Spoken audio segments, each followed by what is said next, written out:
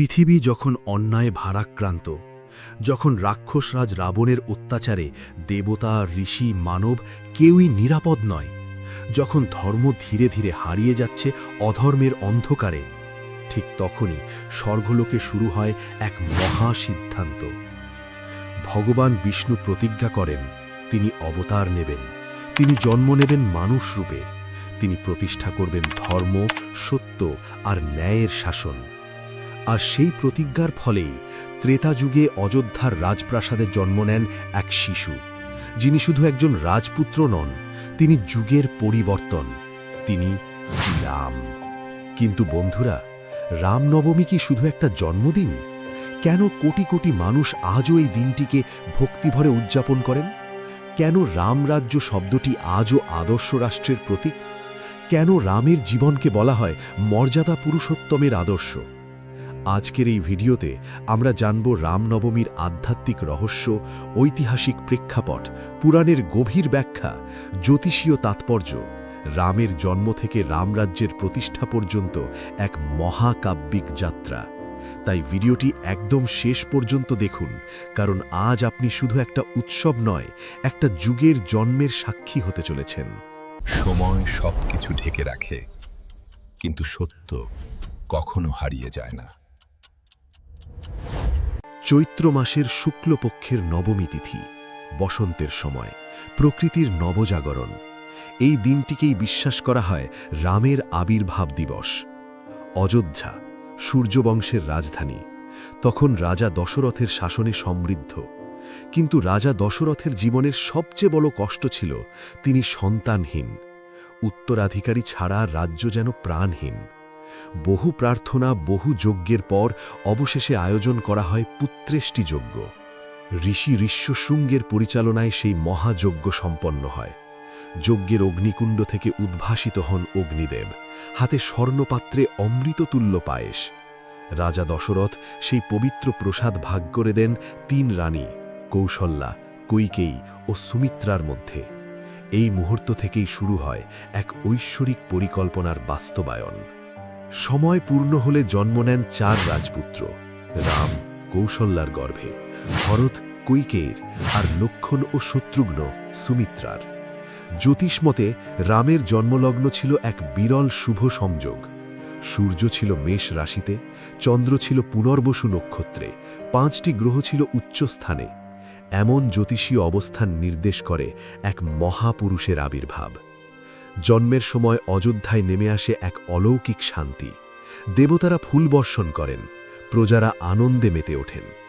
শৈশব থেকেই রাম ছিলেন অসাধারণ। তিনি কখনো অহংকার করেননি, কখনো অন্যায় করেননি। গুরু বশিষ্ঠের আশ্রমে তিনি বেদ, উপনিষদ, রাজনীতি, ন্যায়শাস্ত্র এবং অস্ত্রবিদ্যা সব ক্ষেত্রেই পারদর্শী হন। তার চরিত্রে ছিল শৌর্য, করুণা ও নৈতিক দৃঢ়তা। ঋষি বিশ্বামিত্র যখন দানবদের হাত থেকে যজ্ঞ রক্ষা করতে সাহায্য চান, তখন কিশোর রাম নির্ভয়ে তার সঙ্গে যান। তারকা, সুবাহু, মারিচ এক একে পরাজিত হয়। এখানেই প্রমাণিত হয় তিনি কেবল একজন রাজপুত্র নন, তিনি ধর্মরক্ষক। এরপর জনকপুরে সীতার স্বয়ম্বর। শর্ত, শিবের মহাধনুক ভাঙতে হবে। বহু বীর ব্যর্থ হন, কিন্তু রাম যখন ধনুক তুললেন, সেটি ভেঙে 2 টুকরো হয়ে যায়।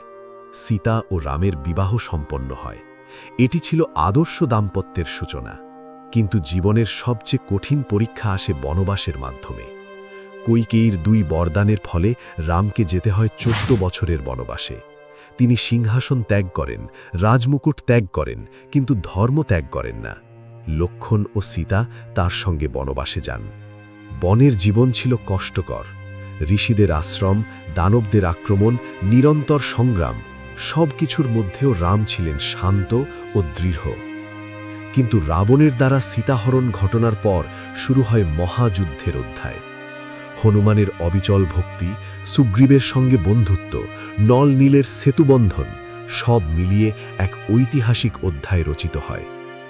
লঙ্কার যুদ্ধে রাবণ বধের মাধ্যমে প্রতিষ্ঠিত হয় ধর্মের জয়।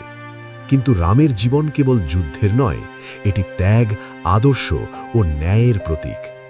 অযোধ্যায় প্রত্যাবর্তনের পর শুরু হয় রামরাজ্য, যেখানে ছিল ন্যায়, সাম্য, শান্তি ও সমৃদ্ধি।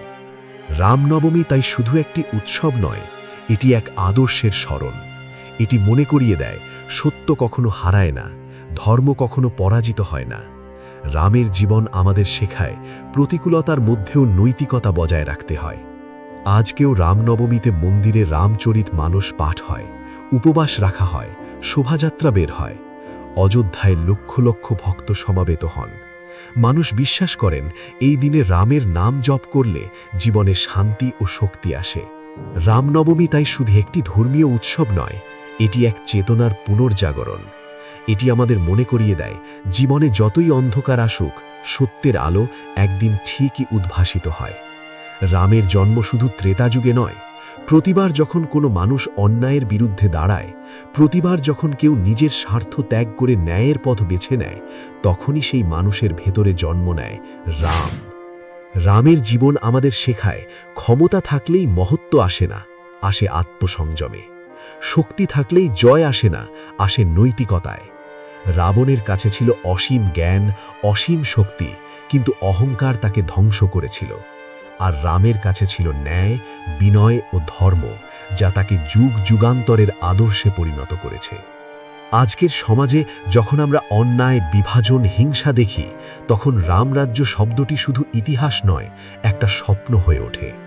এমন এক সমাজ যেখানে শাসক ন্যায়পরায়ণ, যেখানে নারী সম্মানিত, যেখানে দুর্বল নিরাপদ, যেখানে প্রতিটি মানুষ মর্যাদাপূর্ণ জীবন পায়। রামনবমী সেই স্বপ্নকে আবার জাগিয়ে তোলে। এই দিন মানুষ উপবাস রাখে, রামচরিত মানুষ পাঠ করে, কীর্তনে অংশ নেয়। কিন্তু আসল পূজা তখনই সম্পূর্ণ হয় যখন আমরা নিজের জীবনে রামের আদর্শ ধারণ করি, যখন আমরা সত্য বলি, যখন আমরা প্রতিশ্রুতি রক্ষা করি, যখন আমরা অন্যের কষ্ট বুঝি, তখনই আমরা সত্যিকারের রামনবমী পালন করি। রামনবমী আমাদের মনে করিয়ে দেয় ঈশ্বর শুধু মন্দিরে নন, তিনি আমাদের কর্মে। ধর্ম শুধু শাস্ত্রে নয়, আমাদের আচরণে।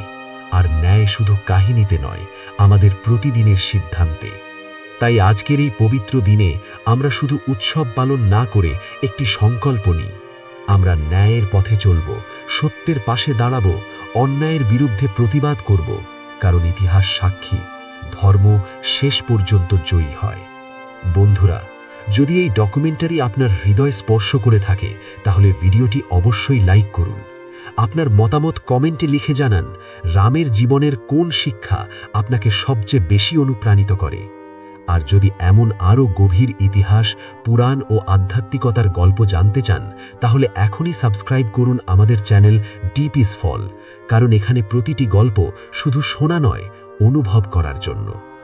ভিডিওটি শেয়ার করুন আপনার বন্ধু ও পরিবারের সঙ্গে, যেন রামের আদর্শ আরও মানুষের কাছে পৌঁছায়। পরবর্তী ডকুমেন্টারিতে আবার দেখা হবে। ততক্ষণ পর্যন্ত সত্যের পথে থাকুন, ধর্মের পথে থাকুন। জয় শ্রীরাম।